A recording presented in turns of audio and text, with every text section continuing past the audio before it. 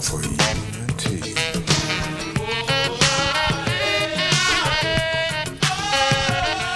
Emoji is the message, a call for unity. For a long, long time, we've been deceived by the illusion. We're called by different names, and this has served to just confuse us.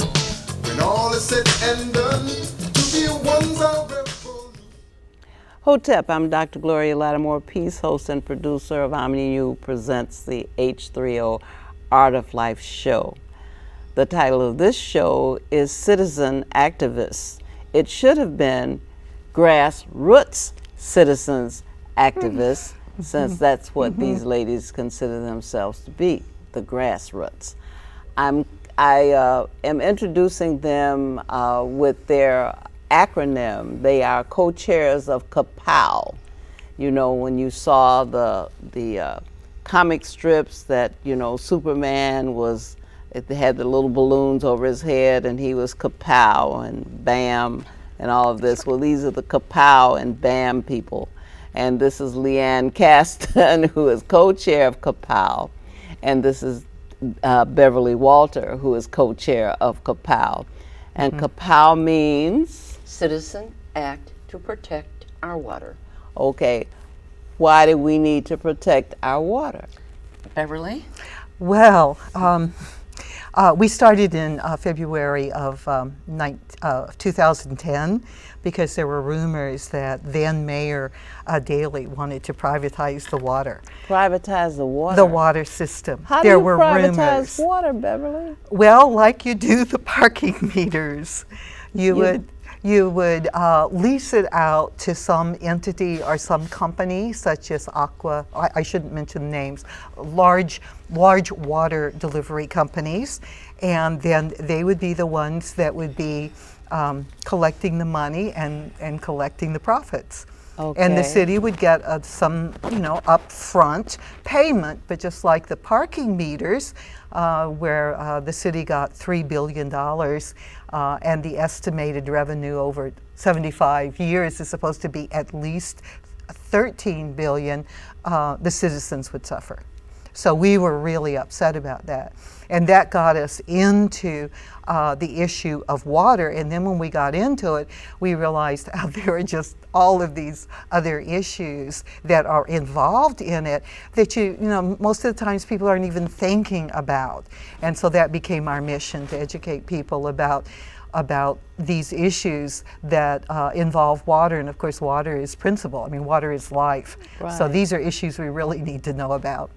Well, I know that you're going to come in and talk about more than just the economic ramifications. Because when they privatized the parking, then we got the higher fees for parking and the restrictions in more places for being able to park on public streets. So I know that we'll come to that you will be talking about more than this during the course of the show. But then Liane is so passionate about the corruption of the food supply, mainly because she's passionate about everything.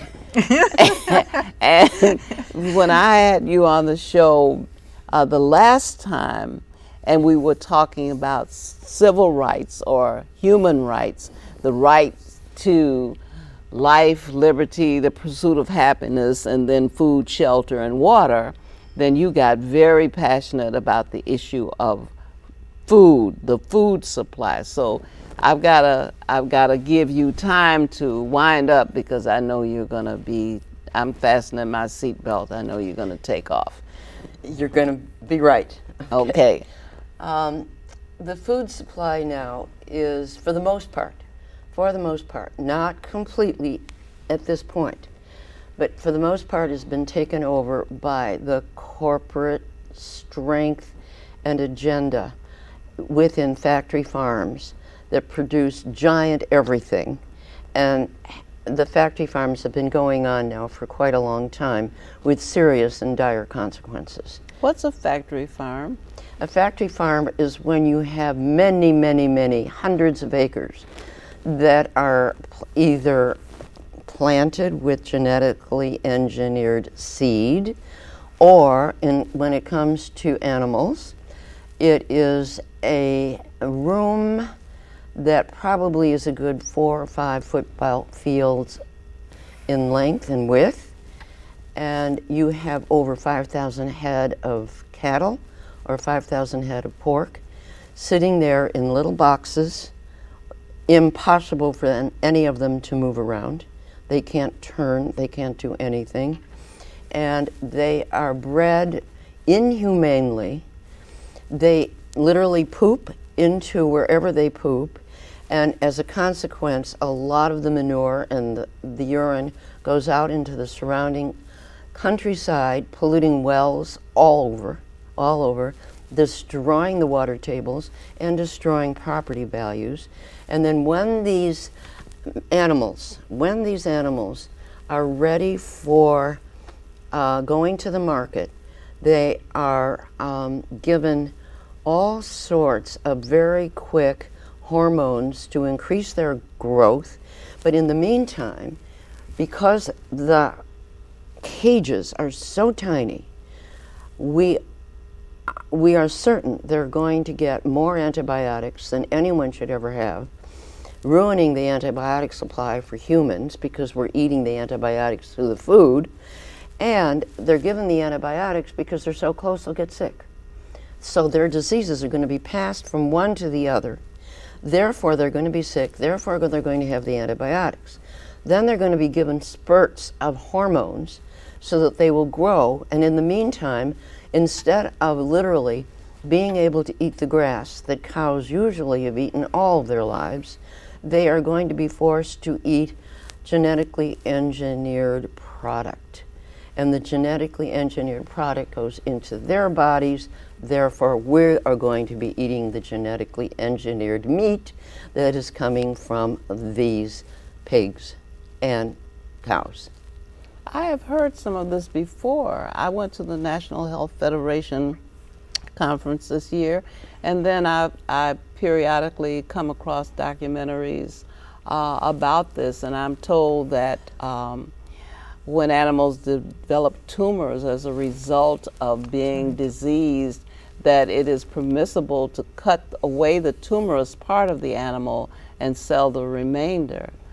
And so when you think about giving animals antibiotics which don't disappear because you slaughter them, then if you consume them, then you're taking on those antibiotics. That is correct. Which means you become, the antibiotics then become a part of what is in your internal system, and then of course the lack of immunity anymore, because after a while the antibiotics have no effect. If you needed to have antibiotics, you are already so saturated.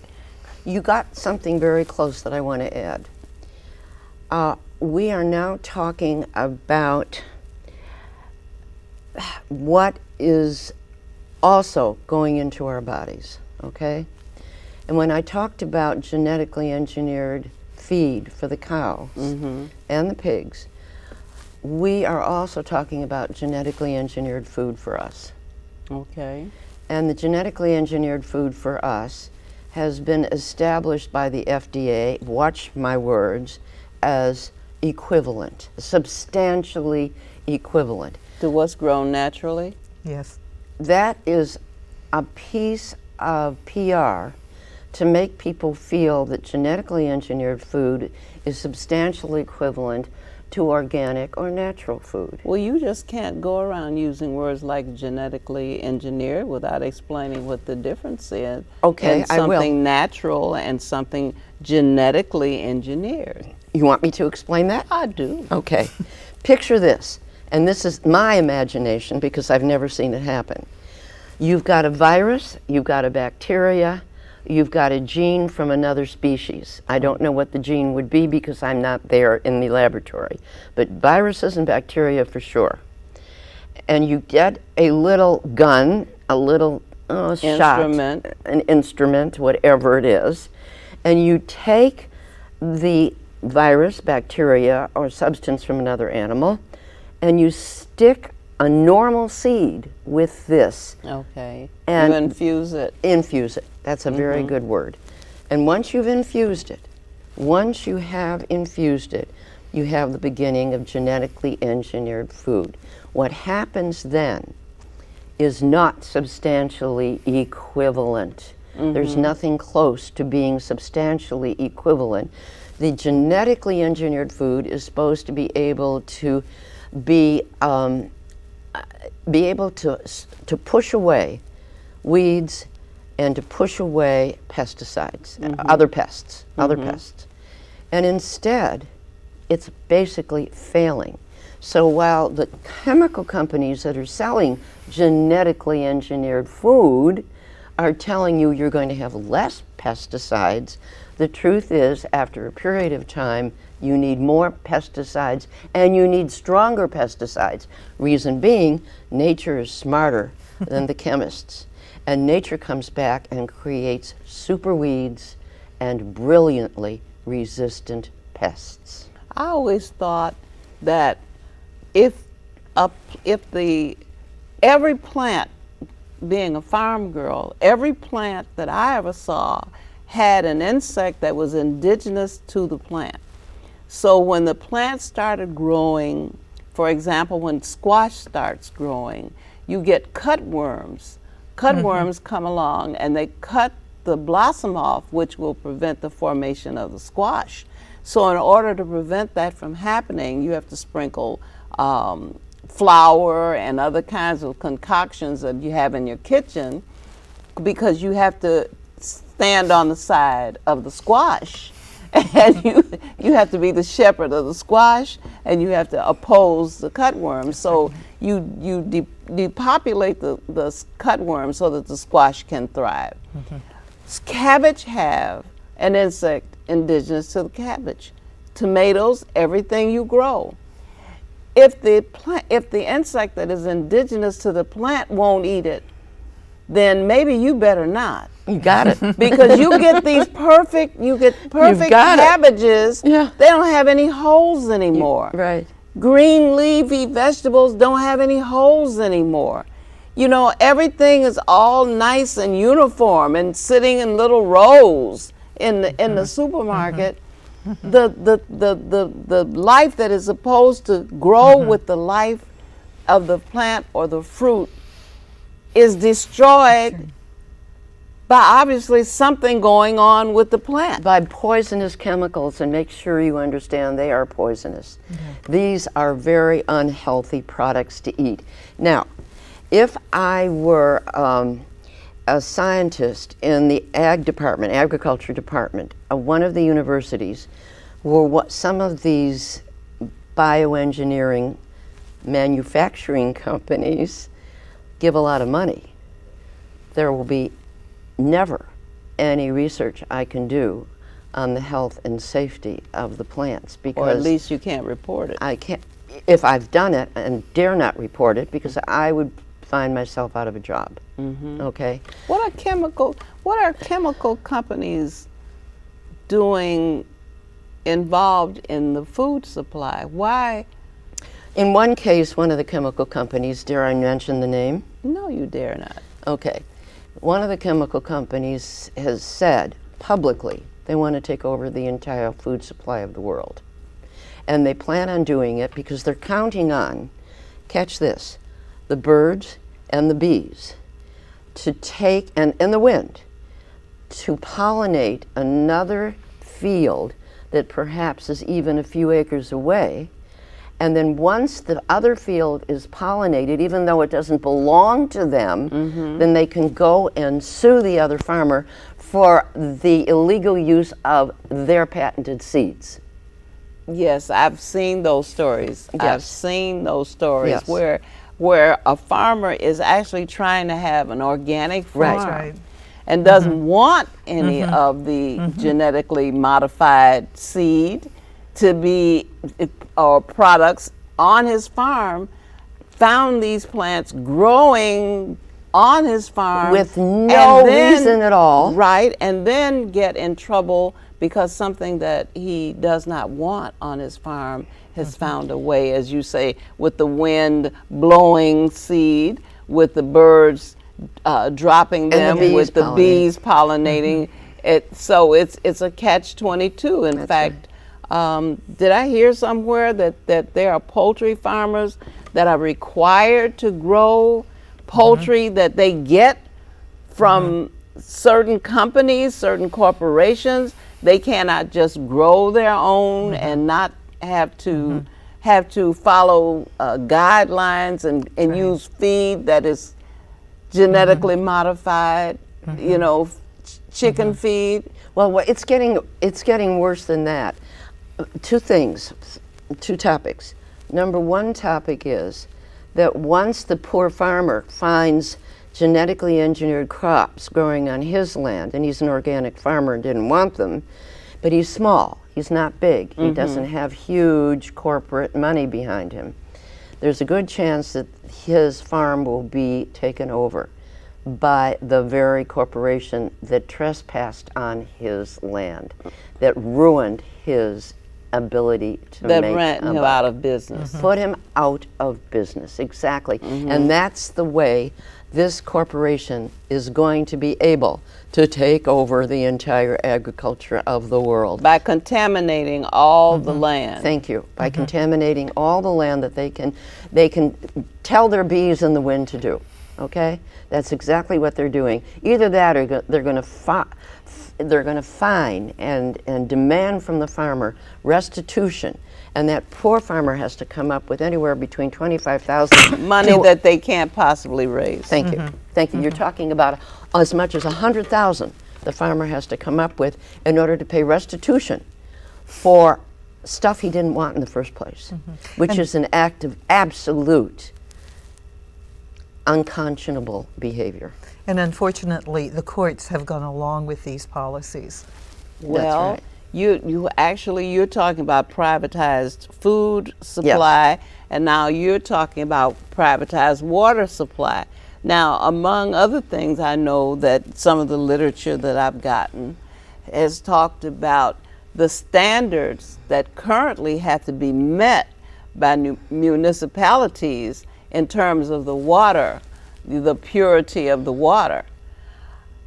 If a corporation owns the rights to the water supply, can they be held to those standards? Well, they'd still be held to those standards, but the fact is that the companies, the water supply companies, have a record of 10% more infractions and breaking those rules than municipally owned public utilities have. Well, where's the oversight? Who stands inside the doors of a corporation and oversees what they're doing? It's very difficult. For one thing, because the agencies don't have the manpower or the budgets, and of course with the sequestration, those budgets are under attack even more. And not only that, unfortunately, there has been a lack of will on the part of some of the agencies, unfortunately, such as EPA, to enforce those regulations. And so the municipalities in some cases have had such terrible experiences, one with the rise in price, like in some instances it's 2 or 3 times more than in surrounding communities. The lack of service. In one instance, there was a backlog of, I don't know, a couple thousand or more service orders in Atlanta. What do you mean backlog of service orders? That means people calling up for service and they're just The water on service. hold. They're calling up for water service? They or can't- for some sort of, maybe they need some sort of, someone to come out and check things. But yeah, so the companies are not really acting responsibly. I mean, it's a lot more involved than just the money. If the money alone were not enough, I mean, having to pay 3 times what your neighbor in the next municipality pays, that's pretty tough. Can you imagine getting your water cut off in the same way you could get your other utilities, That's your right. lights and your Yeah. gas? You could actually, if you didn't pay your water bill, you could actually because they do they cut off water yes, if you don't pay the bill. exactly. And private companies are in it for the profit. Let us not kid ourselves. When they Okay. say they will be more efficient, that just better wait and not really, take for granted that what they're saying is really going to happen, because the rates typically go up. Not only that, there are other factors that are involved in this. One is they tend to fire municipal workers. So that's a lot of good middle class jobs that people lose. Right, right. Who had experience. Who had Well, experience, right. and you lose the sense of service. A public employee tends to have more of a service mentality. But when you have a corporate structure, that attitude seeps down. And so these people are being paid less, maybe they're trained less, and they may not live in the community. So the service quality tends to go down significantly in municipalities that have been where the water has been privatized. And there's more than that, and that is, who do you call up if you have a problem with your water? It's a lot easier to call maybe your alderman and say, hey, something's wrong with the water. I've got low water pressure, or it was off or something. But it's not really easy to call an executive, particularly when the owner of that company may be located, as some of them are, in Paris or in Munich, or even if they're the United States. Because who's to say if the water is privatized that it will be locally owned? Oh, very rarely. Very rarely. So you've got people owning the raw materials, Right. the assets of the country, Yes. who are not even in the country. Yes, absolutely. And some of these companies are huge, like $30 billion companies. I mean, they are all over the world. They have tens of thousands, if not 100,000 employees, some of these really big companies. So you're pitting a small municipality, a real David here, up against a really big Goliath. I'm thinking, I tend to think in very simple terms. And I'm thinking about people who have to get, they talk about people with, food security issues. So now you have people who have food security issues having water security issues. Yeah. Now you can get a link card or food stamps or whatever the program is in your municipality to enable you to get at least some meals. Are they going to issue a link card or water stamps? Well, this is a real concern, because Who knows? People who listen, there's an increase. There's I had someone on my show who had a diagram, and the diagram showed that at one point people who required assistance with food was like a very low number. As the years went by, it became a mountain of people who are dependent for some contribution in order to be able to eat. Are you saying that could be a possibility, that the people could actually become dependent on assistance for water, because the cost of water could become 2 or 3 times what it presently is? Well, it certainly is going to push people's budgets. When the water, I think recently in Chicago, the water went up, something like 45%, and there's talk of maybe, raising it even more, so it would be actually 70%. So for example, somebody, and Ben Jarofsky has written a lot about this, one of our local journalists, and he said his family currently paying about $300 or so a year. That would go conceivably if these increases went through, and this is even under the city ownership, let alone what it would be if you start bringing in a company with its profit motivation. Right. It might go to $1,000 a year. Now, if you're talking about a family that's making $150,000 or $300,000 a year, so what? That's not going to make a lot of difference. But if you're talking about someone who's, you know, 45,000, 20,000, 15,000, that 1,000, you know, That's is a huge chunk. How are people going to pay it? And we they also have to have water stamps. well, you know, I don't know if we'll go to that. But why who would knows? the, why Who knows? would Maybe why so. would the federal government come back and rescue the municipality from its decision to privatize its water supply? Why would the federal government come in then and offer to subsidize people so that they can have water when the municipality gave away the water supply?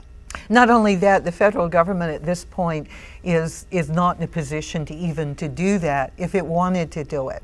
I mean, we're facing right now a vote on whether or not we're going to raise the debt ceiling, which is pushing it pretty big. So, you know, we had really better start getting real about the choices we make on where we spend our money. And the cost of living is inestimable. When you said people's budgets, you know, how can you have a budget when you have so little control over the basic necessities, things that you absolutely must have in order to stand up and breathe in and out? You know, the basic nutrition that you need in order to be a viable human organism. Right. So if you can't eat food and you can't drink water and you can't live indoors, you know, not much else matters. Yeah. I'd like to speak to that. Well, speak to it. We have regulatory agencies, which Beverly mentioned and you did, that are no longer working on behalf of the public. The USDA has just made a decision that chicken inspection is going to be diminished.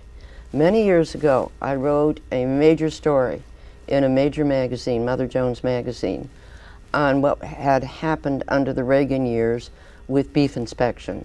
This is especially in the slaughterhouses after the fattened and God knows what else happened to the cattle. The cattle are then slaughtered, and then they have to go through massive amounts of inspection.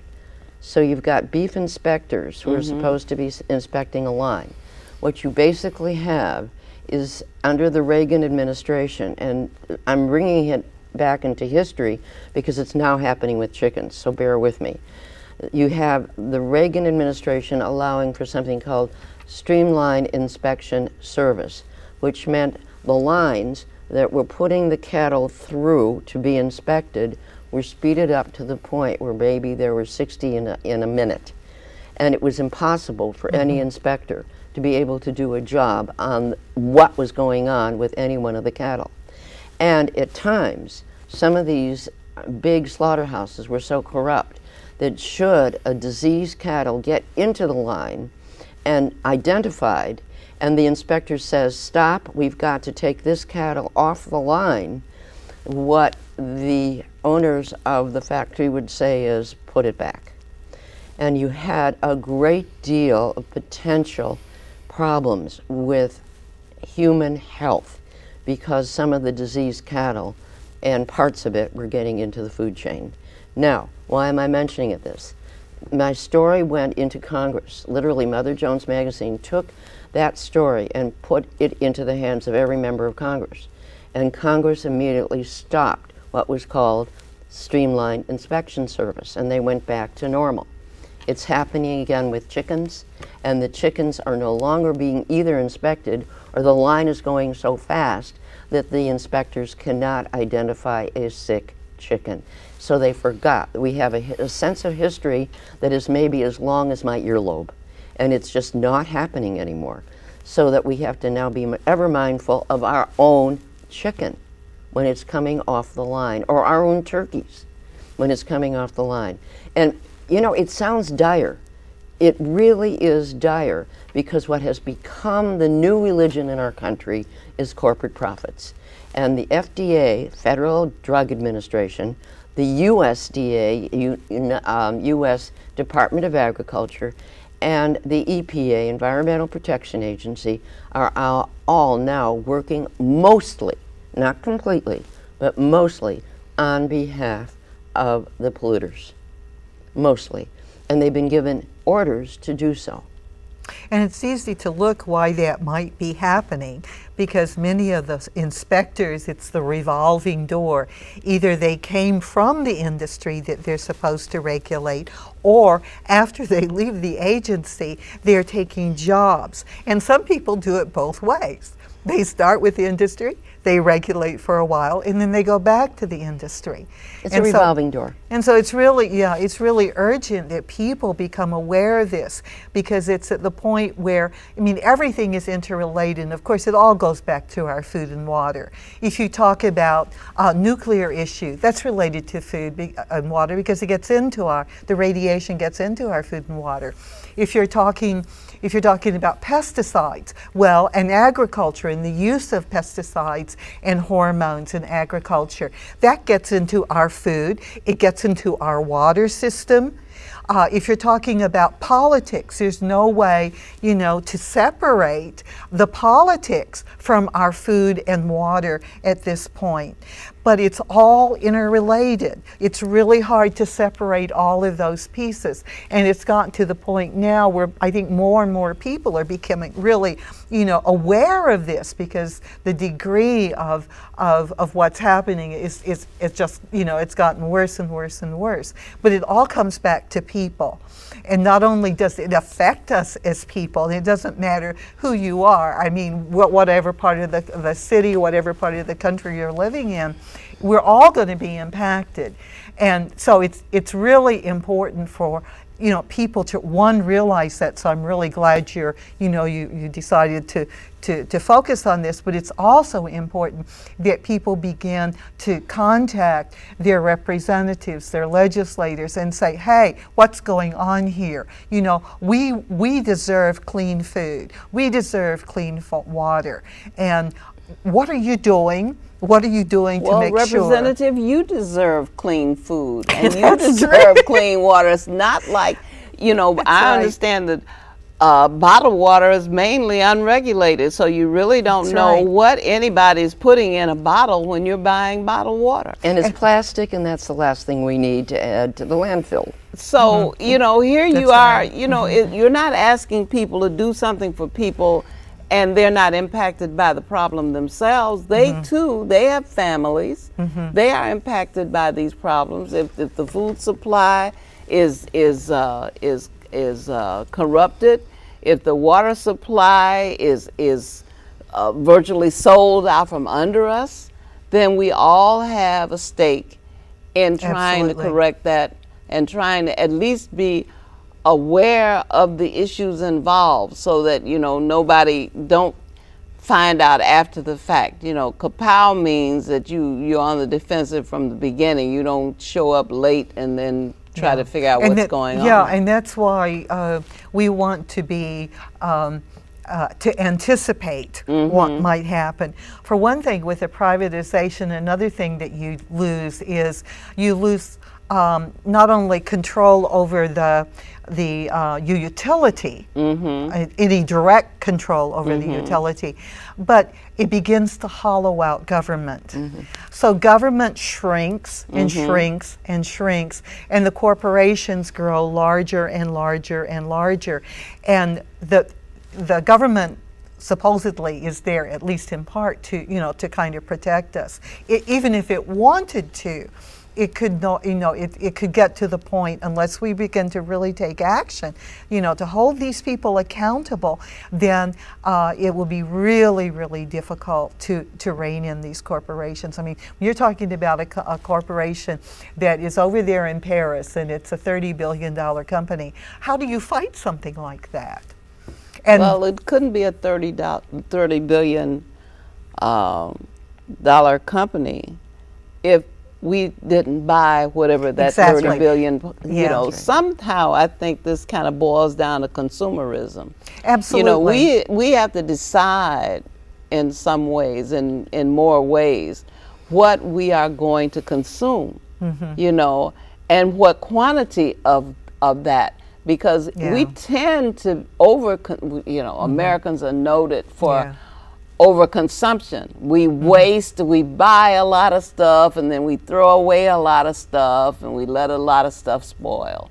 It doesn't make any sense that you are enriching, you're financing your own destruction. That's right. So it doesn't make any sense that you are spending money or putting money into the hands of people who don't have your best interests at heart. But when you say something about, our representatives, we're competing with the lobbyists who are also heavily influencing our representatives. When we try to tell the representative that we want them to vote no on House Bill this or that, we have to recognize that we're making a phone call and writing a letter and saying, don't let them tamper with my pension, don't let them do this and that. But at the same time, there are lobbyists who are somewhere lurking in the shadows, willing to give them some money so that they will look the other way or not be present for the vote. So that's another consideration. But I know that there's a real interest in Liane and her writing, because not only does she write in Mother Jones, but she is now holding up a book that she wrote, which, if this is an outcome, if breast cancer is an outcome of poisons and profits, then certainly no family wants to have a family member develop breast cancer, because obviously poisons you ought to be able to avoid poisons.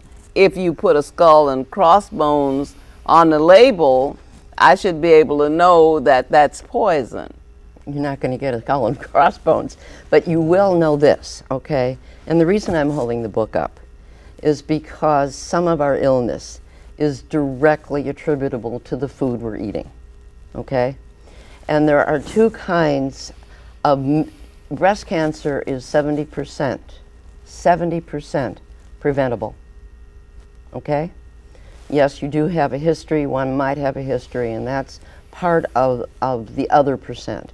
But it's 70% preventable because of the pesticides and herbicides that are being sprayed on our food.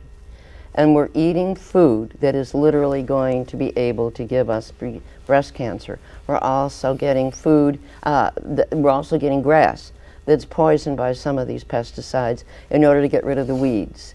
There's a whole class of chemicals called organochlorines, and these organochlorines are causing us the mutation in our breasts, okay, because they mimic hormones. Now I'm holding up the book so that people can see it. Is that available in libraries? It might be available in libraries. You can also Google it for or Amazon it. You can Amazon it for a very small price, because it's been out for a long time. Okay. But let me also make people understand, you and everyone else, that the EPA knew about this in 1993.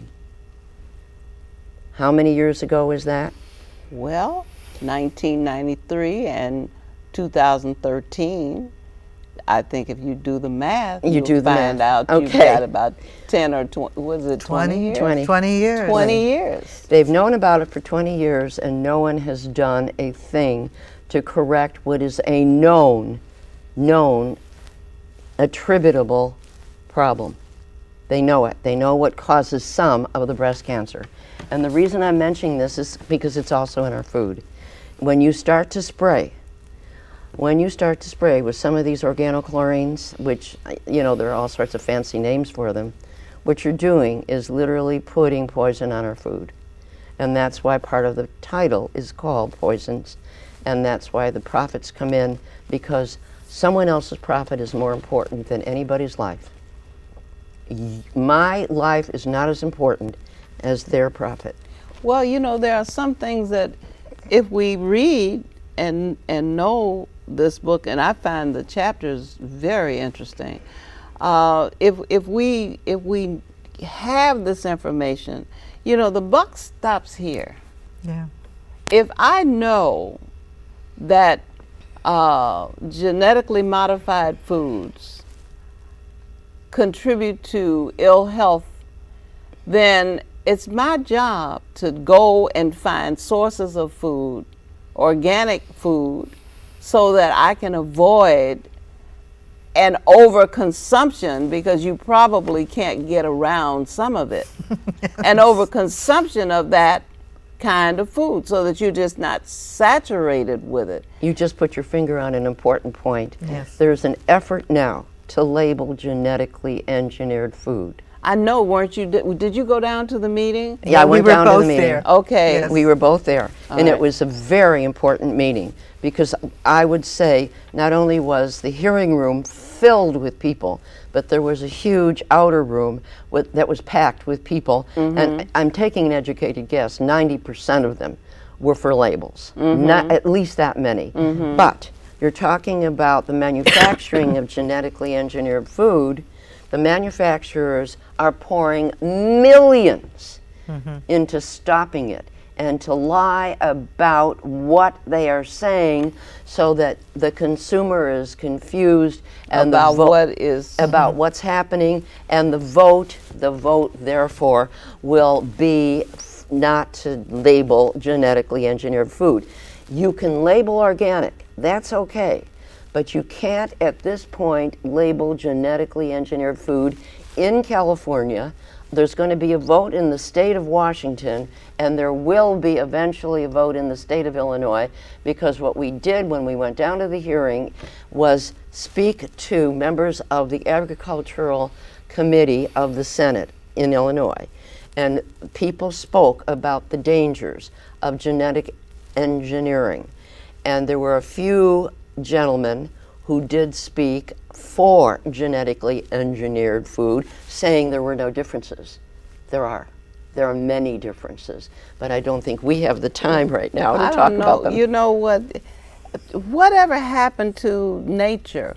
Whatever happened to the way things used to be? My father was a farmer.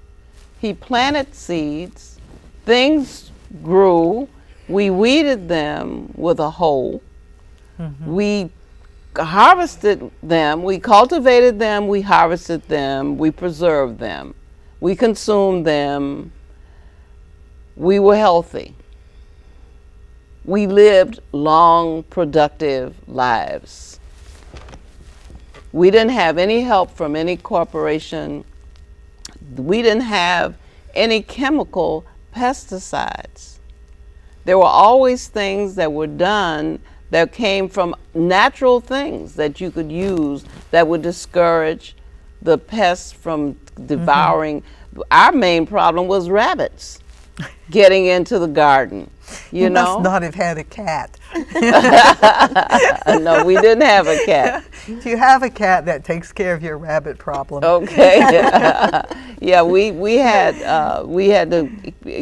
a fence around the family garden to keep out rabbits. But the point is, farmers were driven off their land because they were talked into, sold into buying expensive farm equipment that was supposed to get the job done faster and more convenient with less labor intensity.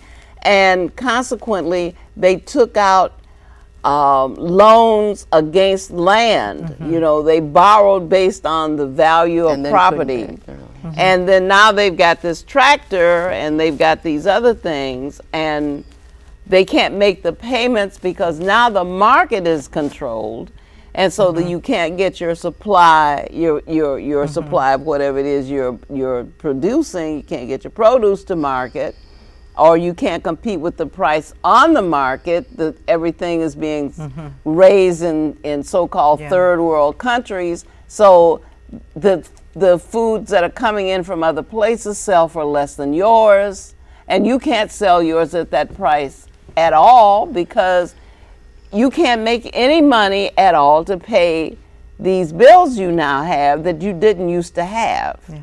And that has happened in so many foreign countries where the GM foods have gone in and maybe been subsidized, and so they flood the local markets, say in Mexico or India, and so we're getting a lot of suicides. Yes, from Indian farmers are committing suicide because they're losing their land. Indian Well, farmers. this happened to black farmers in the South. Yeah. They weren't committing suicide, but they were driven off their land. They lost their land. More and more land was taken from them.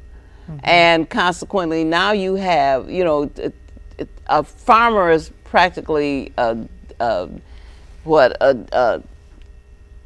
dying species, or at least a species at risk. And part of this goes back to the public policy. Public policy has a lot to do with this, because the big farm subsidies that you see in the federal budget, the bulk of that, the overwhelming majority, a huge chunk of it, doesn't go to the average farmer. It goes to the big agribusinesses, the factory farmers, who need it the less, who are using the pesticides and the hormones the most, and choking out the very people that we could potentially get better food from. And it's nice to see that there are some young people, and I wouldn't say this is a flood, but there are some young people who have decided this old paradigm just doesn't work anymore, and they are just leaving that, and they are going in a reverse migration. They're going back to the farm to farm more sustainably. You're getting sustainable communities, people, as they call them, intentional communities, people who leave the corporate life and who go and form communities in which, cooperative communities, in which things are shared and individuality is at least minimized, so that things are shared and people are supportive of each other, which, sorry to say, we don't have in the cities. So if we get in real big trouble, your neighbor is probably a stranger to you. And if you're living in a high rise, if you're living in an apartment building, you may not, these people may be anonymous. So that, who is to help you, or who are you to help when you don't know these people? And there are some trends along that line that we really have to applaud and really encourage, and some of those are urban gardens. Yes. And they're scattered on rooftops, on the rooftops, or in vacant lots. Right. And they bring people together. They teach people skills.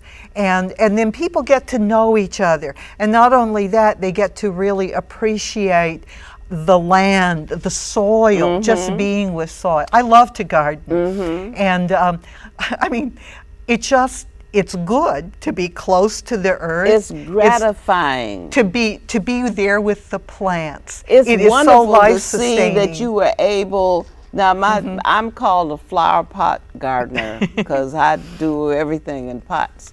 But the thing is, when you see that something can just grow really, really well, and you were the caretaker. You took care of this. Children like to do it. When I was teaching, children, you'd have them save all kinds of seeds and get the seeds to sprout. And they just loved it when little plants popped out of an avocado. I don't think an avocado will grow anything anymore. I put them in water and tried, and nothing happens. You know, you could cut a potato off and get a beautiful potato vine that would just grow for miles if you let it. You know, so you could show children how things grew. I don't think most children have any real connection to, as you say, the soil. Yeah, or the water. And could I just say a couple of other things about water? One is the hydrological cycle. Okay. And that just means the water cycle. And I just want to point out that it's the obvious, but we don't usually think about it. And that is that there's only so much water on the planet. There's only so much water. So you've got Fukushima, and it's leaking radioactivity into the oceans. You think, and the ocean is not static, it is moving. It is part of the water cycle. And you've got people all over the country. You know, we've heard about these floods in Colorado, terrible floods. I mean, just Boulder, Colorado, Yes, Loveland, yes, Colorado. yes. And you see the homes that have been carried away, or there's half Right. of a home and some people have been killed.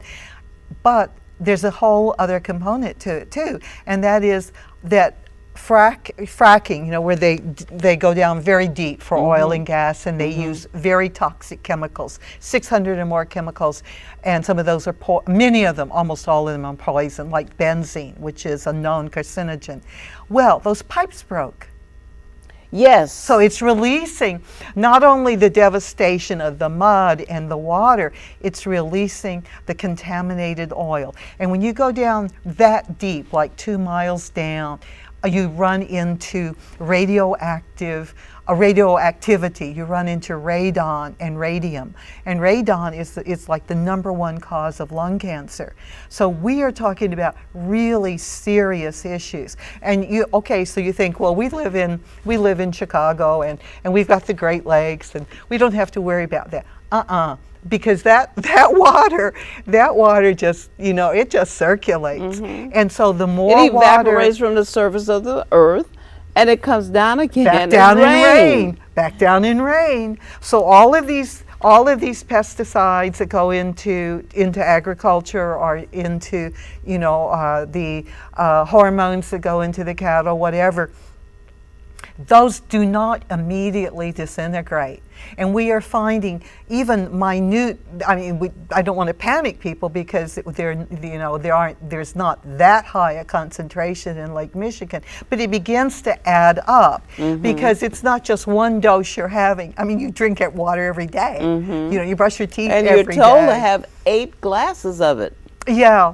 And another thing I do want to just get out on the table for people is the whole issue of fluoridation, because it looks like we have been lied to about its effectiveness.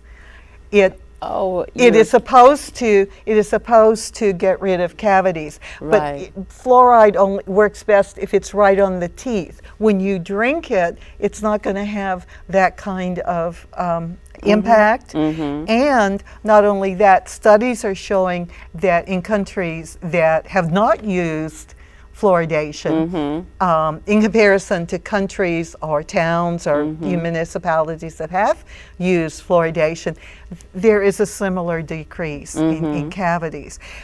But there's a huge downside to fluoridation. It's been associated with decreased thyroid function, which means your whole metabolism, everything in the body works on little chemical reactions, like Right, little you got little engines, factories little in there. engines all over. Right. Right. It depresses that, so that, Brain. with Not the brain. Yes, We yes. can't afford any Absolutely. any assault on You're the brain.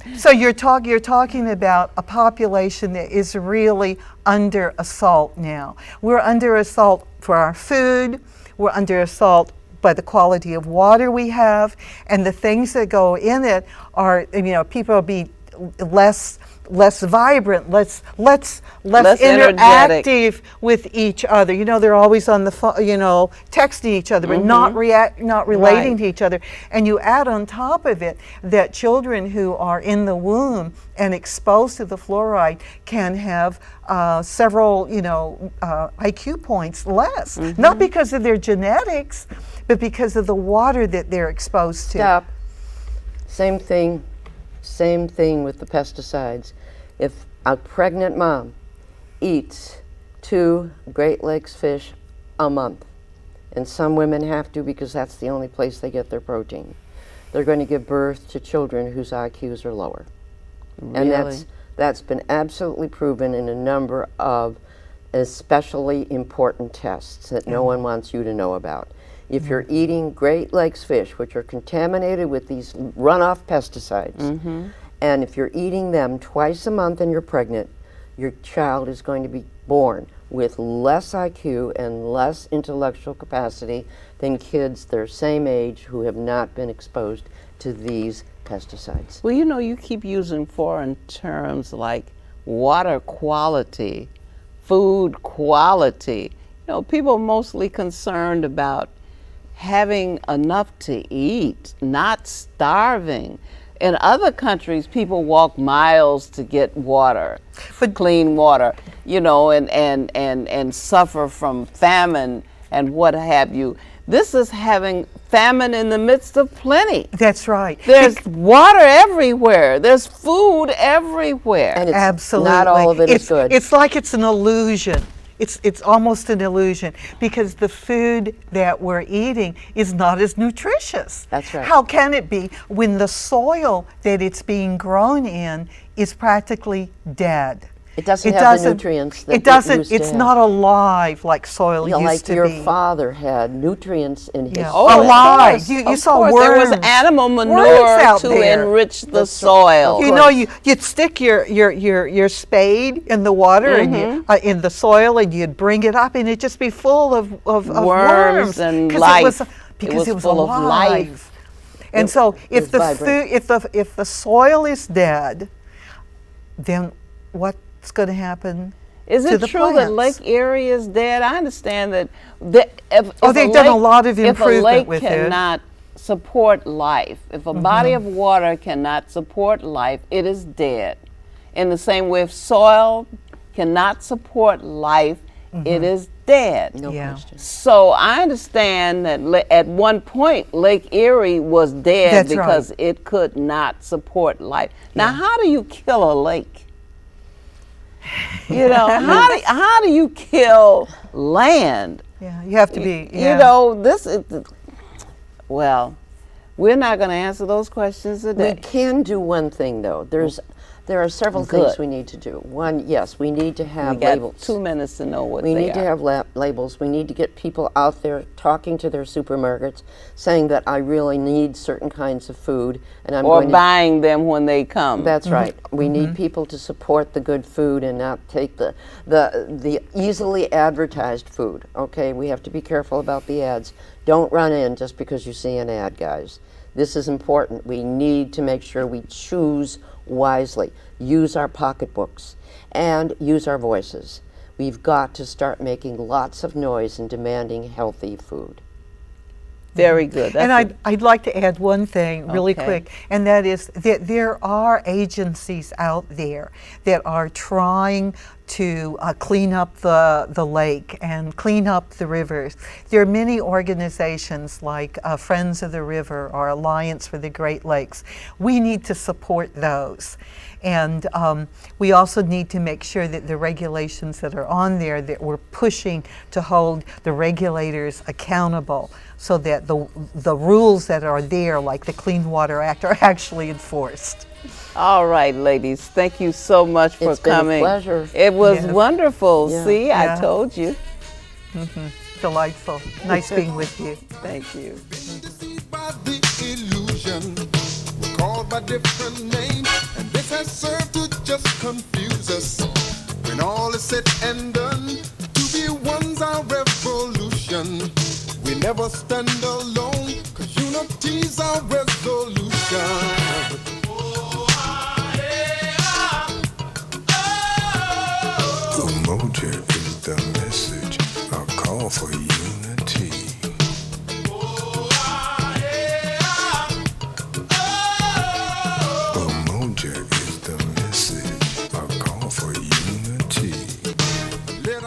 one mind through a vision of